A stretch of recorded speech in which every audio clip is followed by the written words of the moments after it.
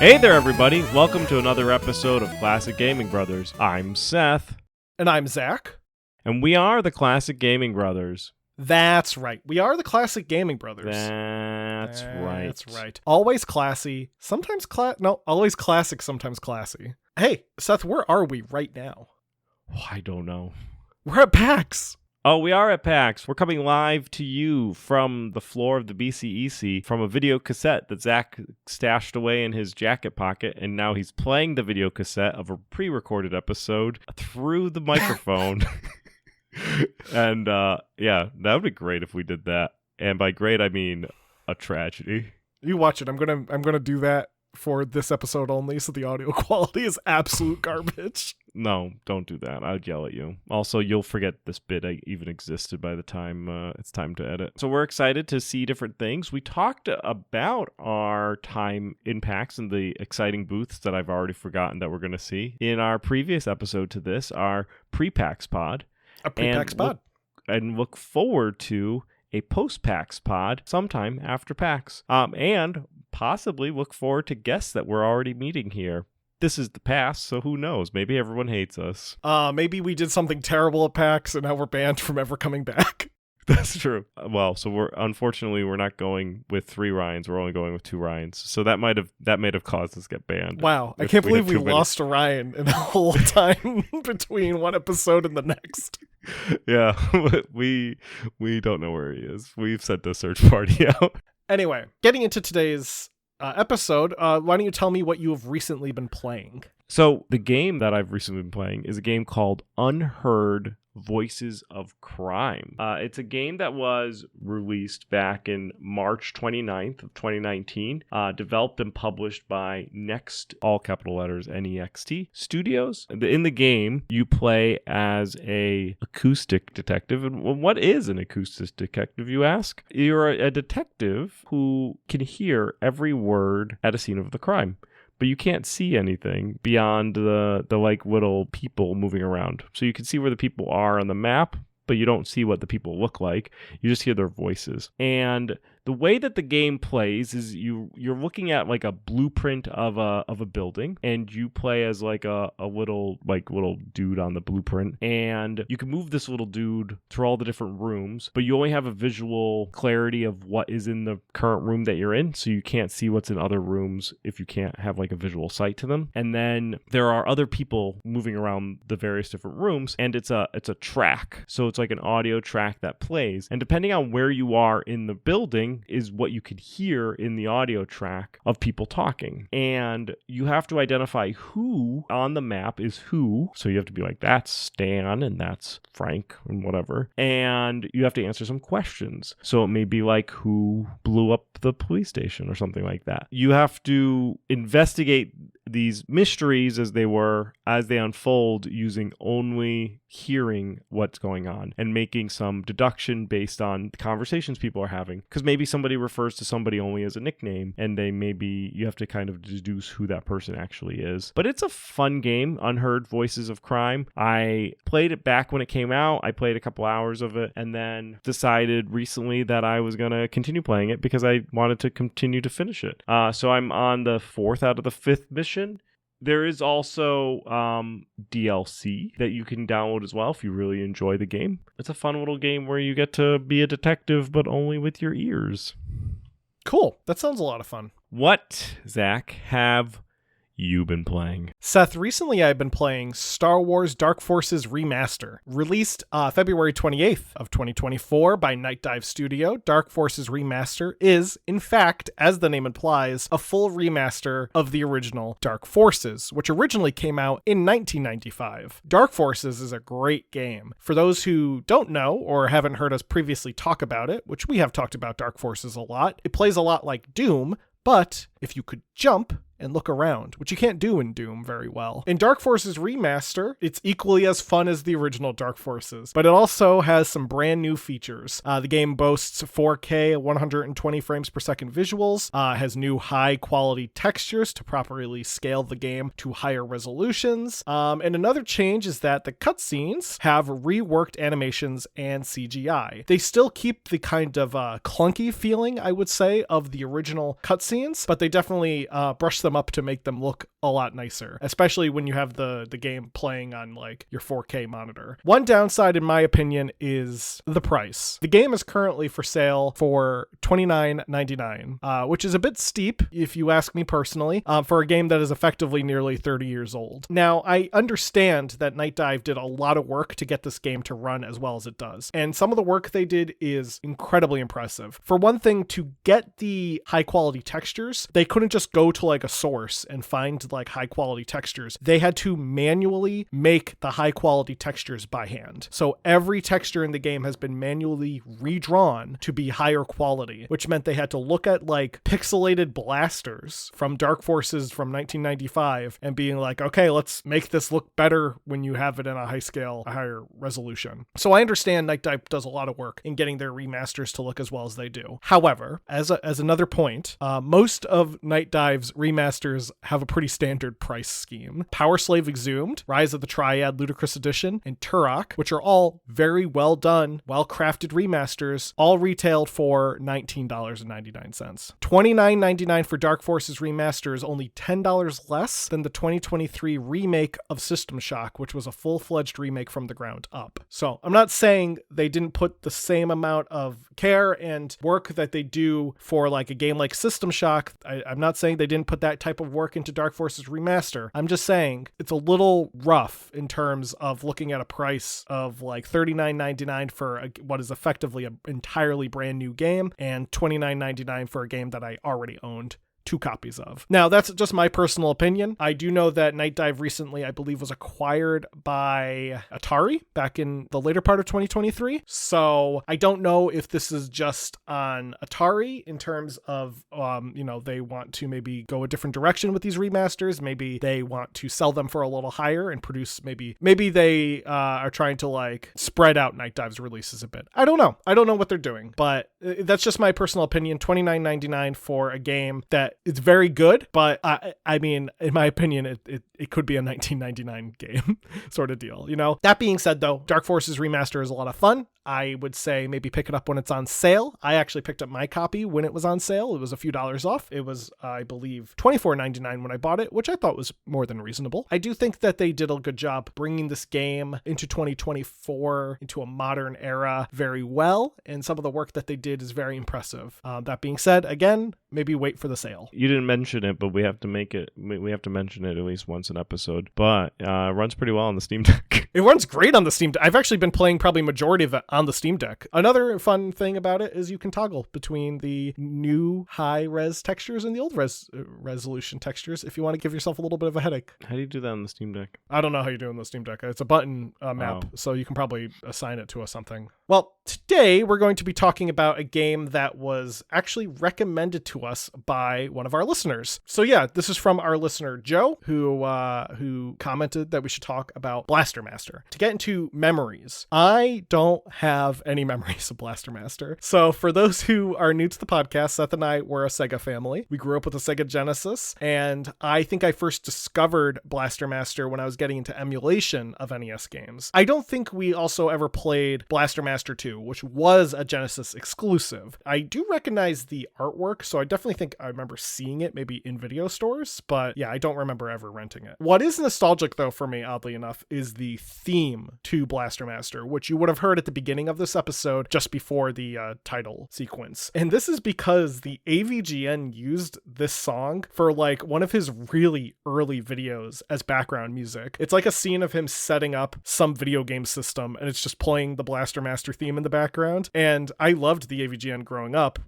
So that's like my memory is listening to that song and not really knowing what it was. And then hearing it one day and being like, oh yeah, Blaster Master. So Seth, what are your memories of Blaster Master? Yeah, so to Zach's point, we really didn't have Blaster Master while growing up. Sometimes in my head I say Master Blaster, and I think that's something else. So Master Blaster is not something, and Math Blasters is something. Yes, and I almost wrote this whole episode on Math Blasters. And Math Blasters we did in fact grow up with, and that is a game. But Blaster Master, I do not have that many memories of. One of our listeners, Mike, who is possibly listening to this episode while driving his 18-wheeler in American Truck Simulator, loves Blaster Master to the point where my memories of him are of him wearing Blaster Master shirts and finding Master Blaster like merch and games that are getting released at PAX that are like Blaster Master. I remember a PAX where he was very excited to find someone either doing like a homebrew game that was very similar to Blaster Master. I do know that it involves a tank, and it also involves a man piloting that said tank. Yes. And sometimes that man comes out of said tank, and sometimes he goes into said tank. And you're like moving the tank around the map, and it's like kind of like a platformer. So that's like what I know just based on it existing in the zeitgeist and me tapping the aether of knowledge that floats around me. But beyond that, it's not like I'm like a Master Blaster fan. Joe and Mike are definitely Blaster Master fans, so this episode is for you and anyone else. Now, to get into the history, Blaster Master was developed by Sunsoft, and you know what that means? It's time to talk about Sunsoft, because when we mention a company that we've never talked about before, we have to tell you all about that company and its nitty-gritty details. They were originally founded in 1971 in the city of Konin in Ichi Prefecture, Japan. Sunsoft got their start as Sun Electronics Corporation and primarily worked as an electronics vendor and manufacturer. In the later part of the 1970s, the company began to work on video games for the growing arcade market. Their first games would be Block Challenger and Block Perfect, which were released 1 month apart from each other and were clones of the game Breakout. By the 1980s, they had restylized themselves as Sunsoft, and then they would make a shift from working in the arcade to working in the home console market. Some of their earliest games for the Famicom were Super Arabian, Atlantis no Nazo, and Iki. Another game that they developed at this time was Chowakusei Senkei Metafight, which became localized as Blaster Master. Now, the game was developed by Sunsoft employee Kenji Sada, who wrote the code for the game. Per an interview with the art and level designer Yoshiaki Iwata for the website level42.com, the team consisted of one main programmer, one sub-programmer, one lead designer, one character designer, and a sound programmer. And the team also worked part-time, so this was 5 people working part-time on a game. I'm sure they were very busy. Iwata notes in his interview that beyond the designs, he was also heavily involved in other parts of the game's development, as was the entire staff, as they were a relatively small team, so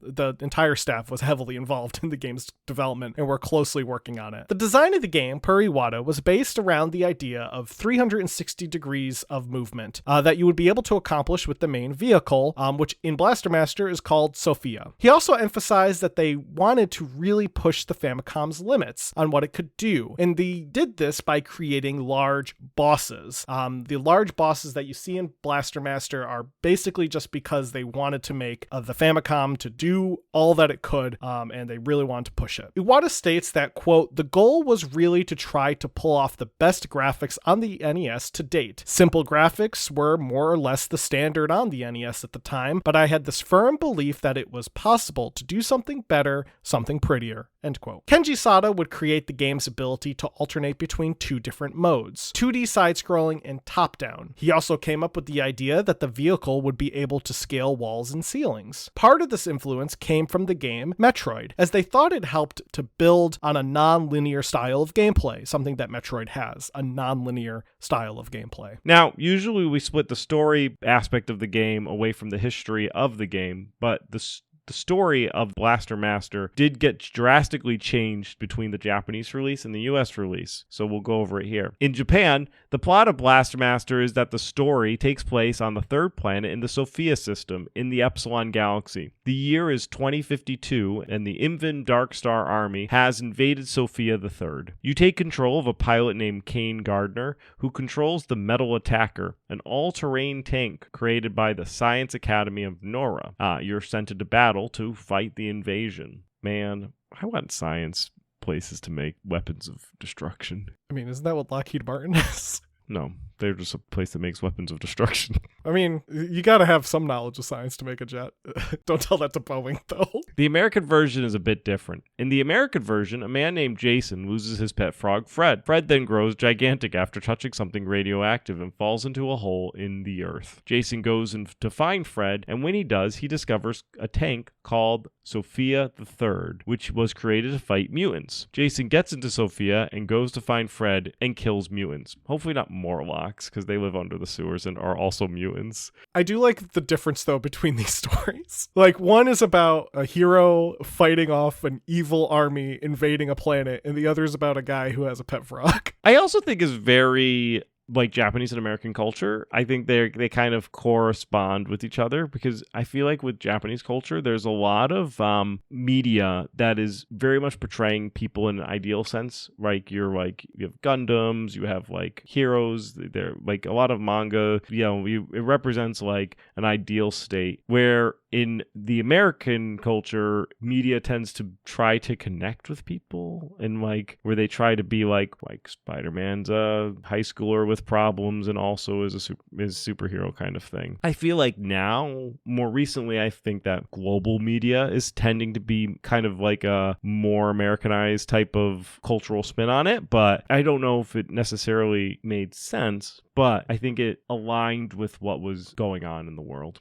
This change in story wasn't just something you would read in the instruction booklet. The entire game actually had an opening sequence redesigned to match this new story. One proposed potential reason for the change is because of it being anime-like. And at the time, anime wasn't very popular in the United States, and the localization team may have felt it hard to properly market the game, which is kind of like what I've already talked a little bit about. And as pointed out in an article on the website, thegamefanatics.com, changes to Famicom games to the US market were not uncommon, as religious and risque imagery was often changed, which we talked about in previous episodes, where sometimes they would take crosses out and other various things in the media. And it wasn't necessarily us doing it, it was the Japanese companies doing it before they got to us, or the American versions of the Japanese companies, so like Nintendo of America. This story, the one specifically about Jason and Fred, wouldn't just remain in the game, it would go to the world of novelizations. Peter Lorangas, under the pen name FX9,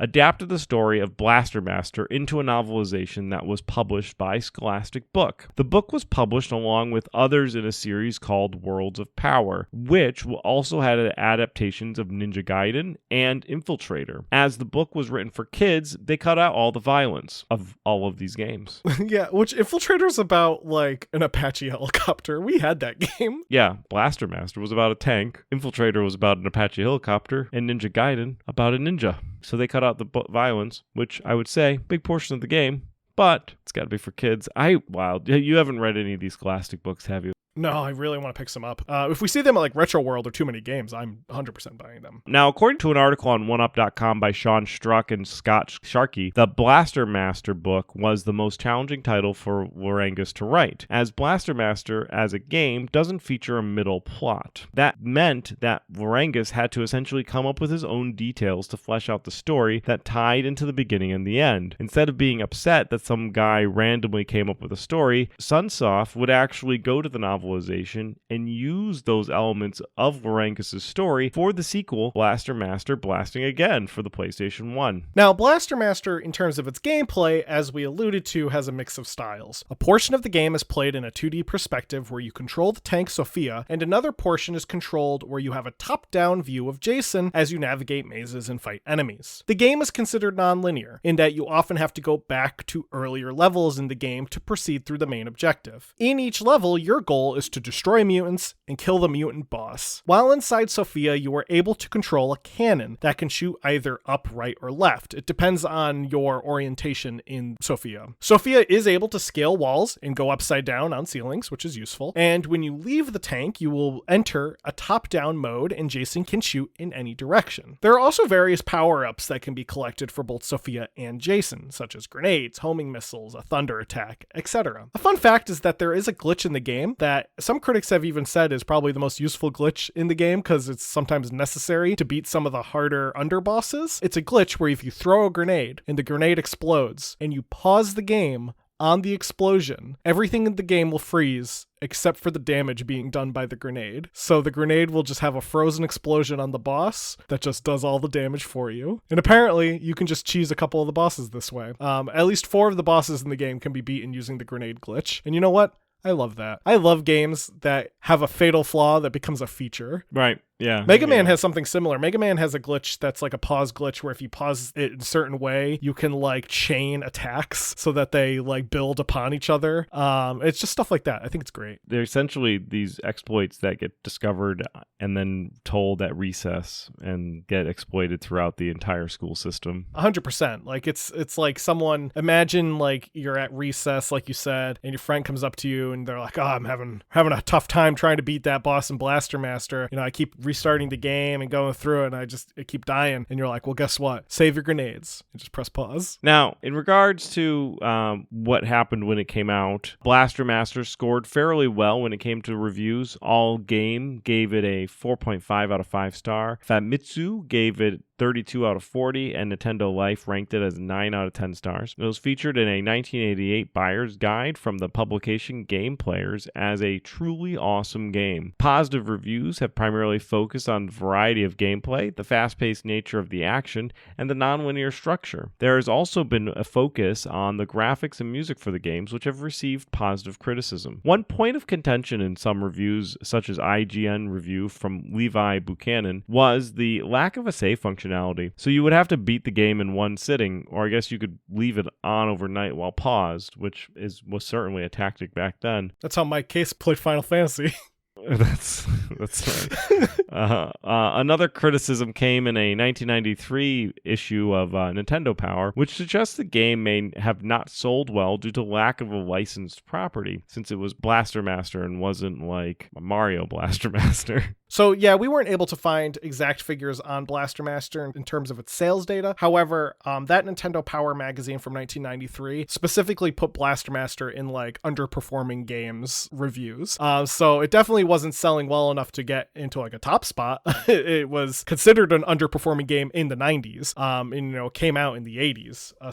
But still got sequels. It sure did. They made enough money somewhere. In the years since, Blaster Master continues receiving positive reviews, being ranked on IGN's top 100 NES games at 22 and number 11 on OneUp.com's list of top 25 NES games. In terms of its legacy, Blaster Master really does survive. A sequel, Blaster Master 2, was released in 1993 for the Sega Genesis, exclusively for the Sega Genesis, I should add. Another sequel, Blaster Master Enemy Below, came out in 2000 for the Game Boy Color. Another sequel, Blaster Master Blasting Again, came out in 2000, and another sequel, Blaster Master Blasting Again, came out on the PS1 in 2000 and was the first game in Japan to get the name Blaster Master, because all the other games that had been released in the series had been called Meta Fight. So this is the first game in Japan to actually adapt the Americanized version of the story and to get the name changed to Blaster Master. And a reboot of the game was made in 2010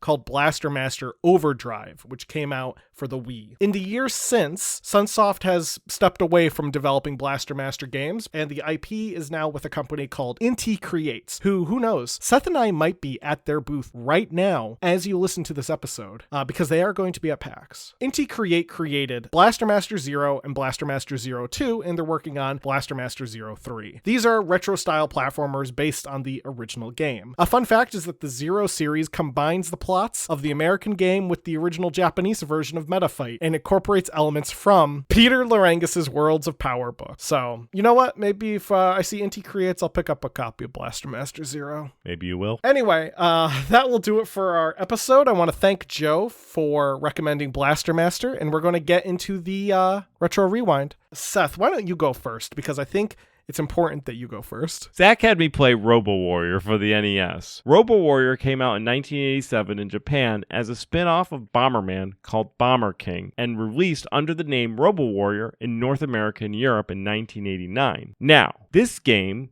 Robo Warrior, was developed by Hudson Soft and ACOM. However, it's really fitting that Zach gave me this game because the sequel to Bomber King in Japan came out on the Game Boy in North America as Blaster Master Jr., developed by Sunsoft. So Bomberman and Blaster Master have nothing to do with each other in continuity, except that Bomberman came first. Robo Warrior was a spin-off of Bomberman. Then Robo Warrior had a Game Boy sequel called Blaster Master Jr., which was related to Blaster Master. So I would say Bomberman and Blaster Master Jr. are second cousins. Within Robo Warrior, there are 27 levels in the game, and you must traverse various types of level formats. There, you definitely feel the Bomberman vibe off the game.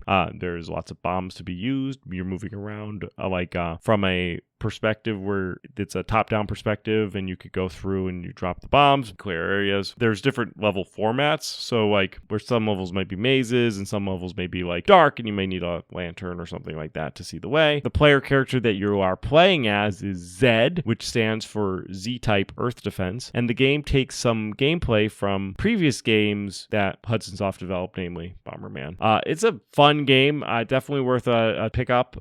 It provides some challenging parts, but they're not like challenging to the point of defeatism. They're challenging like a good classic challenging game. It's a gem of a game, Robo Warrior, and probably one of the better games on the NES. I appreciate Zach for giving me this game and not trash, which is what he usually gives me. So thanks, Zach, for that. And next week, Zach, you can play In the Hunt for the PlayStation, which is a submarine game, which is on brand because... Yeah, so Seth had me play Silent Steel, which originally came out in 1995 and was developed by Tsunami Games. Seth actually talked about Silent Steel as a recently played a while ago. I don't remember when, and I'm too lazy to look it up. Seth, though, gave me Silent Steel. For those who don't know, Silent Steel is a full motion video game where you play as a captain on board a submarine who gets news that there is an enemy submarine that is nearby. That's all that I'm going to reveal. There's more to the game, like things happen beyond this. But you do have multiple options on how you proceed with this news. You also have options on how you treat the crew. You have options on who to trust. Because the entire game is in fact a movie, like a half-hour long movie that you are watching and choosing the dialogue for your character. And depending on the dialogue that you choose, the actions that you take have consequences. It's kind of a neat idea. So a couple of games, I believe, did this back then. I can't name them off the top of my head, but I am aware that Silent Steel wasn't the only game to have this type of mechanic. In fact, there are some games on the Sega CD, like Sewer Shark and stuff, that have kind of a similar vibe to them, except it's instead of choosing dialogue, you're like controlling like direction that a character goes. But in any case, I think this is a style of game that I really wish was more embraced by people. I want more games to have like Bandersnatch style of gameplay mechanic, like Netflix tried to do with Bandersnatch, where you have like you just choose the dialogue options and you choose the dialogue options, you choose what happens, you choose where the person's gonna go. More games need to do this. Let me tell you, I want more movies to do this. I want Dune Part 3 to be a Silent Steel game. In any case, Silent Steel it's a fun little game. It's a fun little kind of look back into the 90s.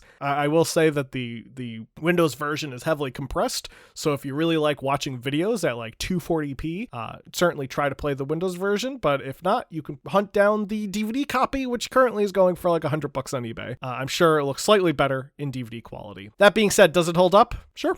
Next week, Seth, you can play Captain Commando for the Super Nintendo. Thanks. You're welcome. Thank you, everyone, for listening to Classic Gaming Brothers. If you have any thoughts on this episode, you want to tell us anything about it, send us an email to classicgamingbrothers@gmail.com. We're also available on Facebook, Classic Gaming Brothers, Instagram, Classic Gaming Brothers, X CG Brothers Pod, Blue Sky CG Brothers Pod, or Threads, Classic Gaming Brothers. We're available on YouTube now, thanks to YouTube Music's podcast functionality, so be sure to subscribe to us on YouTube and give our podcast a listen there. You can also find us on other podcasting applications, be it Podbean or iHeartRadio or iTunes or Spotify. Anywhere you listen to podcasts, we're there. In fact, Seth and I have outlasted some podcasting applications, and that's a fun fact. For anyone who is interested in buying any merch, we have some t-shirts available on our website, classicgamingbrothers.com. Now, thank you everyone for listening, and if you met us at PAX, this little section's for you. It's nice to meet you. Anyway, Seth, besides that, anything else that I forgot about? Don't play games like my brother. And don't play games like my brother. I've been Seth. And I've been Zach. And we've been the Classic Gaming Brothers. That's right. That's right.